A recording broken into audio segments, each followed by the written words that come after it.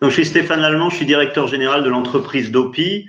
Alors, je vais vous partager ma présentation. J'espère que vous voyez bien mon écran. Juste un instant, le temps que je trouve la technique.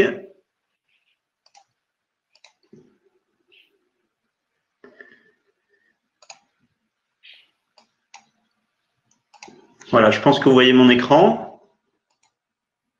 Oui, c'est bon, ça vient de s'afficher, parfait, donc on le voit bien. Je vérifie en même temps sur la plateforme. Désolé pour ce petit contretemps technique. Donc, aucun problème, allez-y, on clôturera donc à 15h40, hein, si vous voulez. D'accord. Merci beaucoup. Donc, je dirige l'entreprise Dopi. Alors, qu'est-ce que c'est que Dopi? C'est une plateforme de production de données pour les bâtiments professionnels. Alors, qu'est-ce que ça veut dire? Je vais vous l'expliquer. Dopi, quelle est l'idée? L'idée, c'est de concevoir le bâtiment comme un acteur des process qu'il héberge et non plus comme un simple abri, en gros, tel que c'était le cas jusqu'à présent.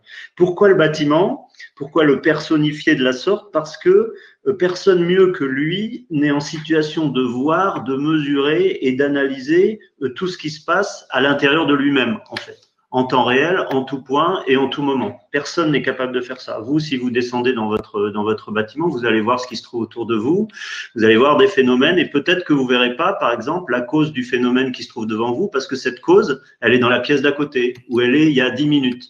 Vous voyez, c'est ça qu'on veut mettre en avant, c'est l'intelligence du bâtiment. Alors, du coup, c'est quoi Dopi? C'est une infrastructure qu'on installe dans le bâtiment. Donc, ce sont des capteurs qu'on installe en général au plafond des bâtiments professionnels principalement. On ne fait pas de particulier. Et ces capteurs donnent au bâtiment une capacité de perception et une capacité de reporter à l'exploitant ce qui se passe à l'intérieur du bâtiment. Alors, qu'est-ce que ça fait Dopi? D'abord, ça mesure les paramètres d'environnement, paramètres traditionnels, la température, l'hygrométrie, le taux de particules dans l'air. Enfin, on peut connecter à Dopi à peu près tous les capteurs existants sur le marché. Donc, on capte l'environnement de l'activité dans le bâtiment.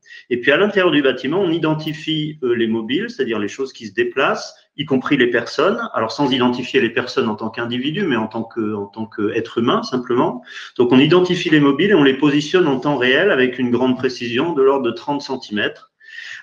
Ça permet de dévoiler des relations de cause à effet entre les différents phénomènes ou entre les phénomènes et leur environnement. Et ça permet également d'alerter sur des situations à risque.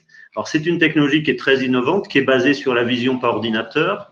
Donc, on n'utilise pas de balises, on n'utilise pas de tag. En fait, on n'accroche rien sur les objets. Simplement, on les voit et on les extrait de l'image et on les positionne à partir de ce que voit l'ordinateur. Donc, ça, c'est en gros ce que fait Dopi. Alors, Dopi, c'est une plateforme, donc ça se présente sous forme d'un portail informatique, en fait, qui vous envoie des informations. Je vais vous passer juste quelques secondes de vidéo pour que vous voyez. Là, ça concerne un entrepôt logistique. Donc, dans l'entrepôt logistique, vous allez voir, en gros, une petite démo avec une plateforme, une interface qui est l'ancienne génération. Mais vous voyez à gauche des chariots qui se déplacent. Et à droite, vous voyez que les chariots sont représentés par des rectangles, les personnes sont des ronds et les palettes sont des triangles. Et donc, vous voyez que l'interface recopie la position en temps réel de tous les mobiles. Donc, si on équipe tout l'entrepôt ou tout le supermarché, eh bien, tous les mobiles vont être reportés sur l'interface. Et en même temps qu'elle le reporte, parce que ça servirait pas à grand chose, c'était juste pour les voir sur l'écran, l'interface calcule des métriques. Alors, des métriques innombrables, en l'occurrence, là, on nous demandait les objets qui sont en mouvement et statiques, la densité d'objets pour 100 mètres carrés, les flux entrants, etc. Puis de lancer des alertes sur la pénétration dans certaines zones particulières.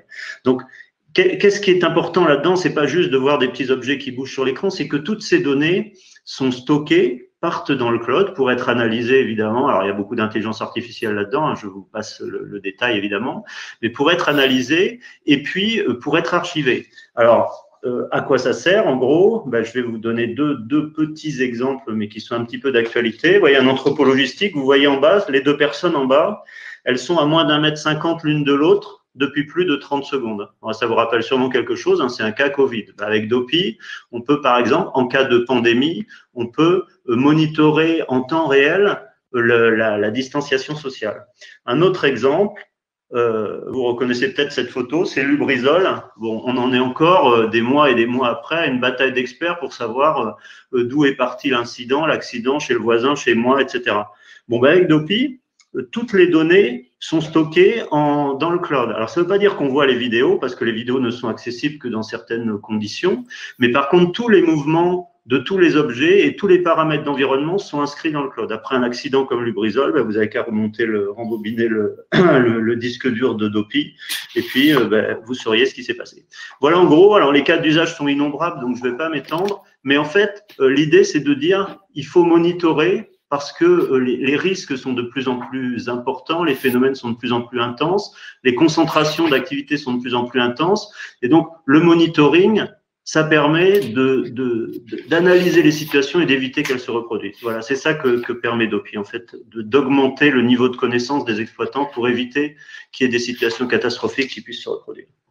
Voilà, je vous remercie beaucoup de votre attention et je vous invite à me contacter si vous avez besoin d'informations complémentaires sur Dopy.